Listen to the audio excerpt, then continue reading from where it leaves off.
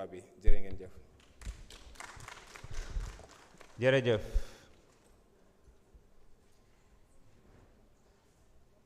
Je pense que c'est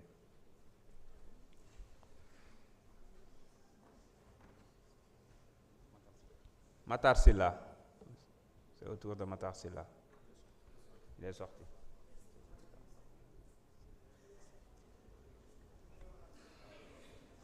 La liste des orateurs est... Oui, il reste honorable Abdoulaye Tall, avant qu'on ne passe au président du groupe. Non, Monsieur le Président, je vous remercie. Salam alaikum wa rahmatullah.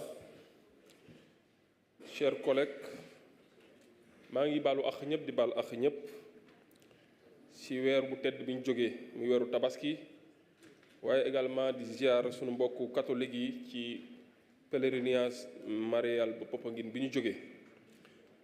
Monsieur le Président, aucune œuvre humaine n'est parfaite, à plus forte raison les textes. su fekkee ni constitution lañ mën a modifier wala ñu changer ko modifier loi ordinaire yi comme loi organique yi di modifier décret yi wala arrêté yi pourquoi pas le règlement intérieur de l'Assemblée nationale. Donc exercice bi ñuy réunir tey muy exigence d'adaptation et de réadaptation par rapport aux nouvelles mutations qui nous interpellent. Monsieur le Président, c'est le lieu de rendre hommage à tous les membres du comité de révision et de rédaction. Je dis tous les membres, à savoir les présidents de groupe, le représentant des non-inscrits, les députés qui ont participé, l'administration de l'Assemblée nationale, votre cabinet, les membres de votre cabinet, les assistants parlementaires ainsi que les membres du service législatif. Pour dire quoi?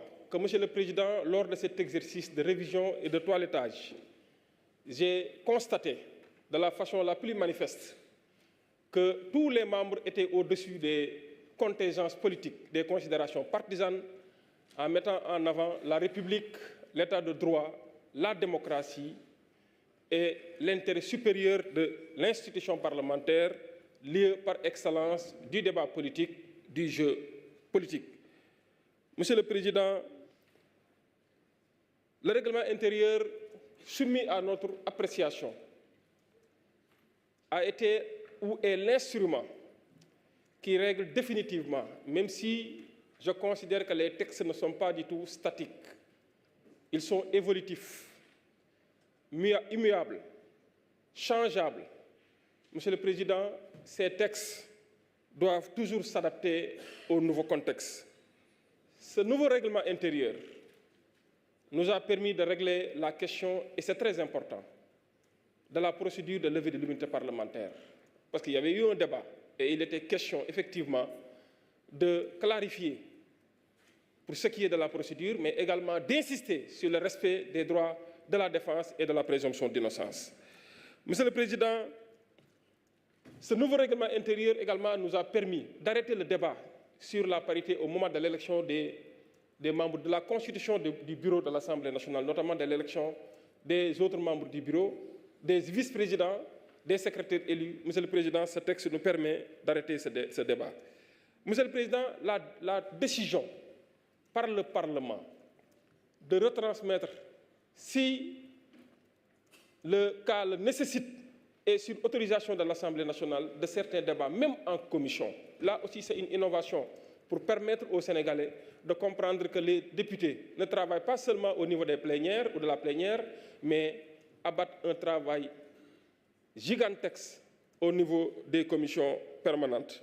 Monsieur le Président, également, ce règlement intérieur nous permet de donner à l'Assemblée nationale ce pouvoir qu'on a donné à d'autres institutions de ce pays, même des autorités administratives et indépendantes ont eu effectivement cette possibilité de saisir la justice à la suite d'une enquête parlementaire, à la suite d'une enquête administrative, de saisir la justice au fin de donner suite à un rapport impliquant ou constatant des infractions. Et Monsieur le Président, l'Assemblée nationale, effectivement, désormais est une institution qui, à la suite d'une enquête parlementaire, ayant constaté ou relevé des faits susceptibles d'être traduits devant les juridictions pénales ou en tout cas devant les juridictions sénégalaises, que effectivement cette Assemblée nationale puisse avoir cette possibilité de saisir la justice en toute indépendance, sans pour autant influer ou influencer effectivement la décision ou l'œuvre judiciaire.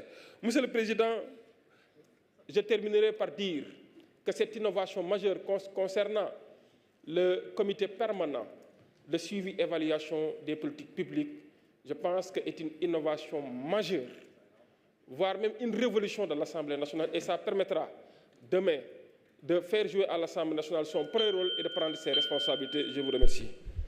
Merci beaucoup. La liste des orateurs est épuisée, donc je donne la parole successivement à l'honorable député. Ah oui, Mamadou Lamine Diaïté. Vous aviez retiré votre carte. Je rappelle encore, il faut insérer votre carte. Quand on demande la parole, il faut maintenir la carte insérée. Peut-être qu'il y a un problème technique alors. Vous pouvez venir ici.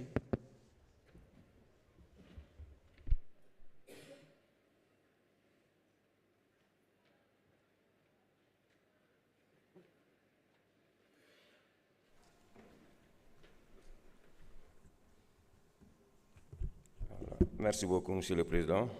Je suis venu de nuyu ce collaborateur, de nuyu les chers honorables, de rafetlu bu baax liggéey bu ñu commencé depuis début session ordinaire bi. Donc de rafetlu vraiment le travail qui a été fait pour améliorer le règlement intérieur. Dama benn préoccupation rek, c'est par rapport au comité mis en place pour évaluer les politiques publiques.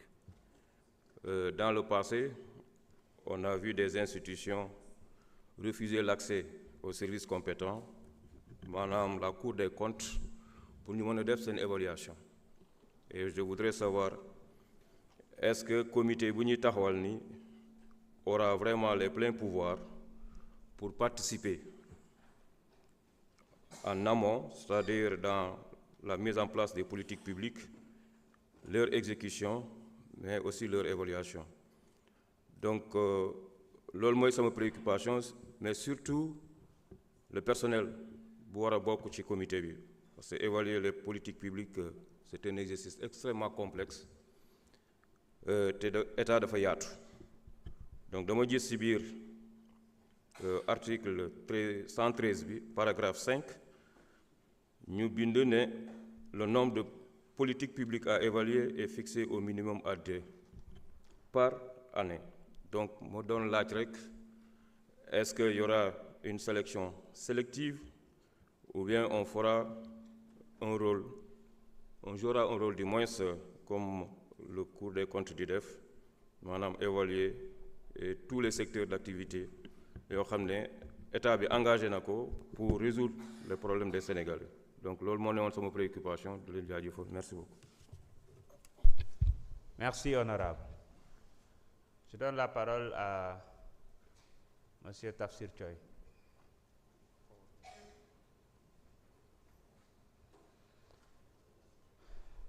Je rappelle que M. Tafsir Choy est co-auteur de la proposition de loi.